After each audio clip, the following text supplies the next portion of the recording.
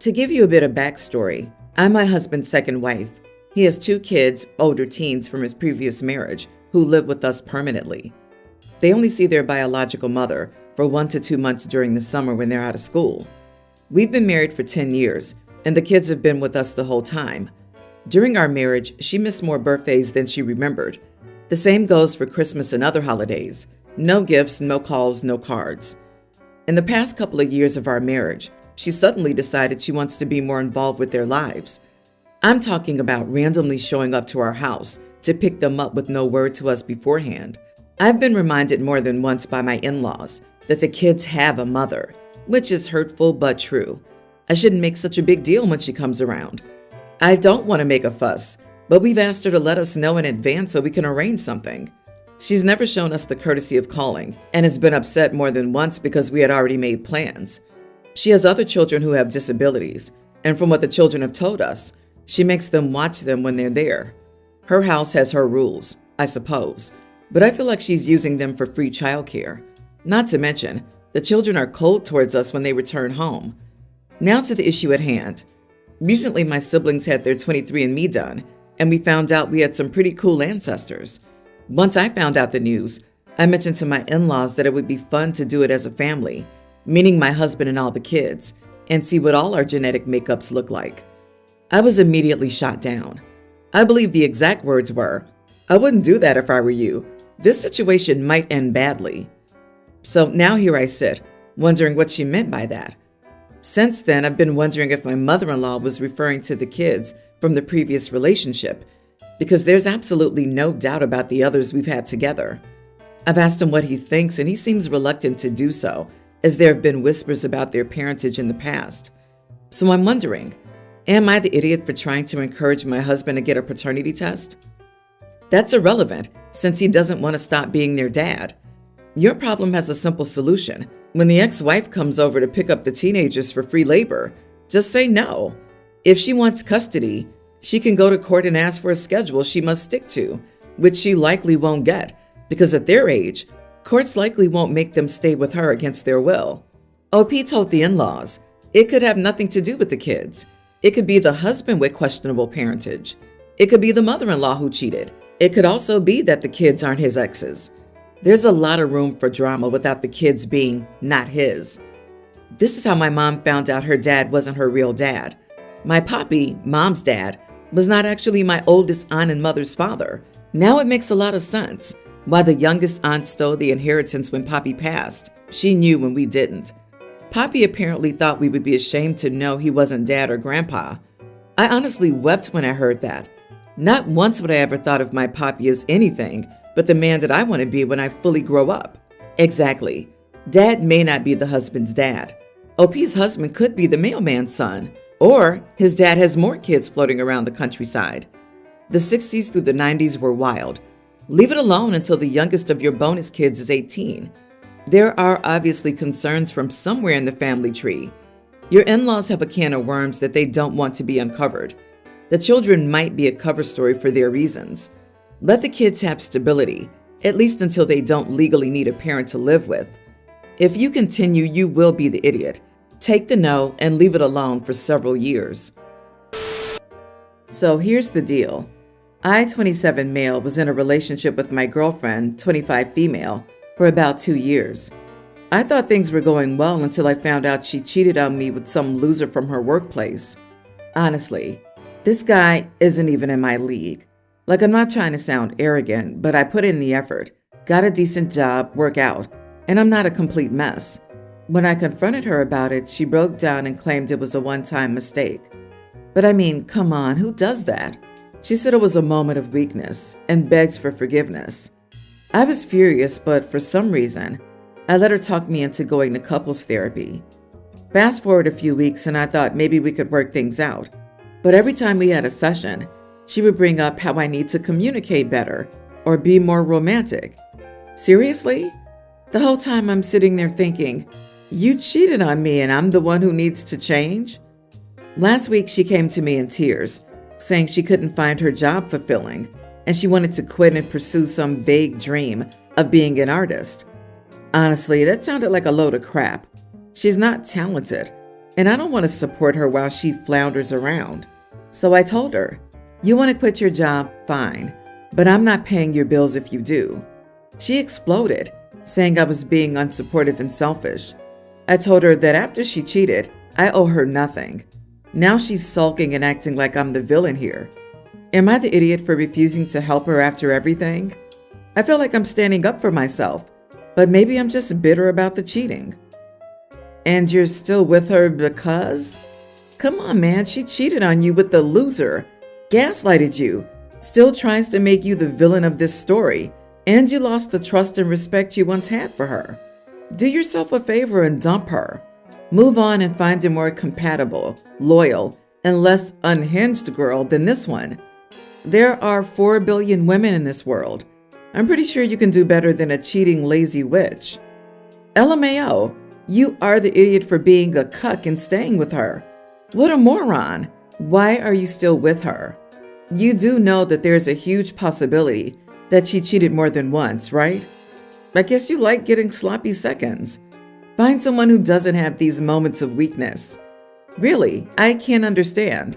You're a lucky man. You dodged a bullet. She's not worthy of a second glance. Her problems aren't yours. My now ex-boyfriend proposed 4 days ago. Let's call him Tim. Tim and I have been together for 2 years. We talked about marriage, we're both 26, and kids, etc. Until last week, I thought I had the perfect love life. Now Tim has his best friend, Mimi, fake name. Tim also has a friend group he's very close to.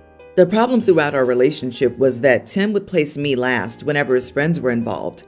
He missed a promotion dinner for my work because Mimi's dog was throwing up. He missed Diwali celebrations with my family because his friends wanted him to help them paint their new house. Plus, some issues during his teenage years involving his friends resulted in his dad threatening to take away his inheritance and distribute it to relatives. For context, his dad introduced us. Until last year, before I left the company, which I joined straight after college, his dad was my boss. I still see him as a father figure and respect him a lot. I've told Tim that I don't like public proposals. I'm very introverted, and having eyes on me during a loving moment will only cause me anxiety. Tim said he understood and promised he wouldn't do one when he proposed. Another thing I told Tim was that Mimi treats me passive-aggressively because I'm kind of an anxious person. I have mild OCD, and I asked him not to involve her in our affairs. Tim said Mimi only wants the best for us. I didn't press the issue after he got defensive. Thursday, after I entered my flat, I was greeted by all of Tim's friends, with Tim in a suit and a ring in hand. I kid you not, my flat was swarmed. There were people I didn't even know.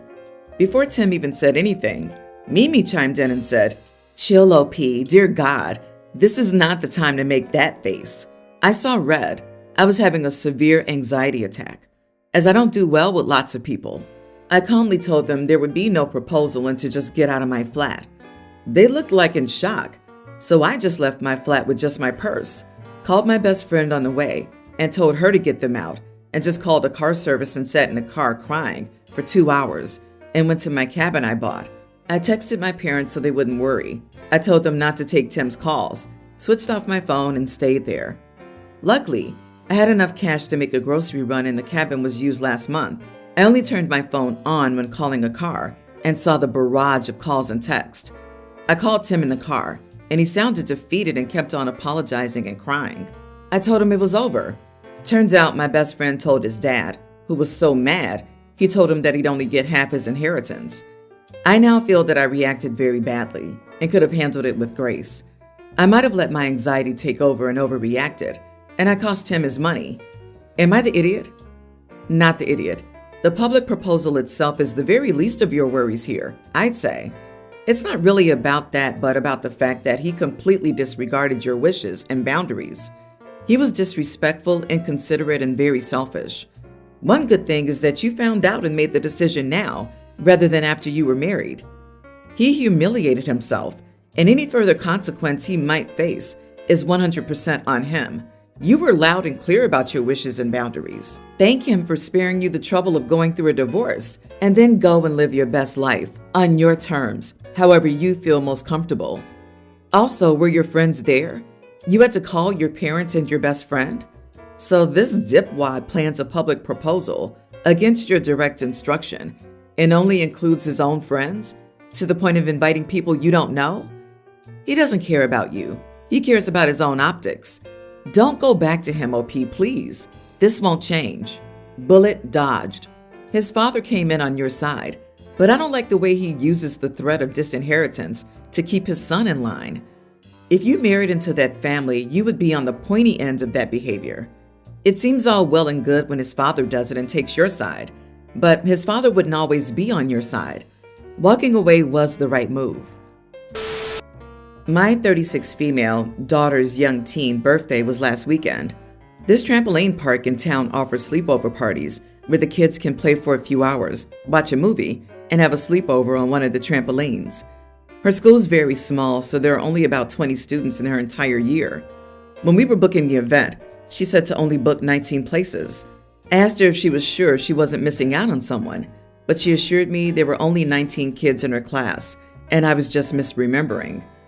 Fast forward to her birthday, and this girl, Camilla, shows up with an entire box full of gifts: teddy bears, perfume, candles, nail polish, flowers, chocolates, etc. I remembered picking up my daughter from school at the beginning of the school year and seeing her chatting and being very friendly with Camilla, so I assumed they were quite good friends. When Camilla went up to hug my daughter and wish her a happy birthday, she lightly pushed her away and told Camilla she couldn't attend as we forgot to book her place. I apologized to Camilla and her mother and offered to talk to the people in charge and pay for her place, but my daughter insisted that Camilla couldn't come. Camilla was very distraught over this and started sobbing.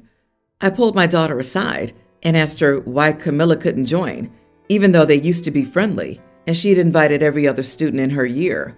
She said that Camilla was just really weird, obsessive, and creepy, and she didn't want to be friends with her anymore. I asked her if Camilla was bullying her, and she said no, she just didn't want to be around Camilla. Camilla's mother found out about the party from another parent. Camilla decided to surprise my daughter, knowing she hadn't been invited. I returned the gifts to Camilla, apologized again, and gently told her there wasn't enough space. Her mother started screaming at me, telling me that I was a grown adult woman bullying a preteen girl. I told her that it was my daughter's birthday party, and she could invite whoever she wanted. She accused me of raising my daughter to be a bully, and that she couldn't just invite the entire class and exclude one girl. She claimed that Camilla was my daughter's best friend, and that she had the right to be invited. I told her that my daughter's a teenager, not a kindergartner, and she can't be forced to invite the entire class just to be nice. I said I didn't want to raise a doormat. I didn't want to teach her to value the feelings of others at the expense of her own. If my daughter feels uncomfortable around someone, then I prioritize her well-being over that of a stranger. Camilla's stranger mother is now talking to the teachers to punish my daughter for bullying. I've tried to explain to her that my daughter was simply setting boundaries, and she shouldn't have to face consequences for that. Camilla's mother said that I was an evil bee who took joy in bullying little girls. Am I the idiot? You are the idiot. The real issue here is that your daughter lied to you about the class size so she could exclude this one person. Camilla may make your daughter uncomfortable, but it's also possible that your daughter's being unnecessarily mean. With teenagers, it could go either way. You should go to the school and find out what's going on. You have no way of knowing if your daughter actually is being a bully until you find out for yourself. If she is bullying your Camilla, you need to know so you can correct the behavior. Don't be so quick to believe your daughter's innocent here. Someone told Camilla she could come to this party. Ask yourself this question: how did Camilla know where and when the party started? When you're trying to fall asleep tonight, you should think of this situation and imagine you're a young teen, excited to be going to a classmate's birthday party, selecting and bringing all the great gifts, only to be turned away in front of all your classmates because the birthday girl doesn't like you. Experiences like this stick with a person for life, and you should be ashamed of yourself. I will be in the minority here, but not the idiot. Kids calling someone weird in that context is like an adult calling someone creepy. The person makes you uncomfortable. To be honest, showing up to a party uninvited with that many gifts is weird behavior for a child and creepy in an adult. If Camilla won't pick up on social cues to leave your daughter alone, I can see why your daughter, who's too young to really have the tools to deal with that, doesn't want to be around her. And her telling her mother that your daughter's her best friend, when she's clearly not, just confirms your daughter's opinion. Camilla needs someone to help her work on her social skills, not to insist everyone put up with her. That's not going to help her as an adult. I have 2 daughters, Lexi teen and Kelly teen. Everyone in our family adores Lexi. She's beautiful, smart, and talented. But most importantly, she puts a lot of effort into her relationships with people. If her aunt or one of her uncles has an emergency, she's there to babysit their kids for free. If they're sick, she's cooking a meal and bringing it to them. Because of this, my family usually spoils her for every occasion. They love Kelly too, but they're not as close to her.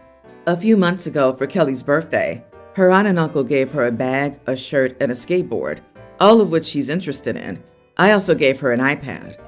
Lexi's birthday is in a few weeks, and my siblings have all called me to tell me what they're planning to buy for her and ask if it's okay. They're buying a PS5, a Sephora makeup kit, and a necklace. Well, today, Kelly asked me what I was planning to buy for Lexi, and I told her it was the same iPad I had bought for her. She started yelling at me that this was not fair. Lexi's already getting a lot of expensive gifts, and it's only fair if I give her a cheap gift. I told her there was no way I was going to show favoritism here. Her sister's getting an iPad too, and that's the end of our discussion. She called me an idiot and a jerk, and I told her if she said one more word, she would no longer have an iPad. Now she won't talk to me at all. Am I the idiot for refusing to show favoritism? I have 2 daughters. Lexi's beautiful and smart and talented. What about Kelly's traits? You mentioned her as some sort of footnote in your post. You're already showing so much favoritism in the first 2 sentences, and it's quite sickening. Yes, lady, you are the idiot, and a massive one. One is beautiful, smart, and talented. The other one is named Kelly, and I yell at her whenever she calls me out for my favoritism. OP, repeat this back to yourself 3 times in the morning and 3 times at night every day until it finally drills into the desiccated poo you have in place of your brain's empathy center. The beautiful part especially stood out to me. Like, why even mention that? So, what, you think one of your daughters is ugly and therefore less deserving of presents? WTF. Worst, your own child tried to talk to you about how upset she was, and you punished her for sharing her feelings. Parent of the year for sure. Gross, you are the idiot. Try to remember your least favorite daughter not being enough of a socialite to deserve the love of your relatives is your fault. You raised her to be the person she is, and you're claiming she's entitled.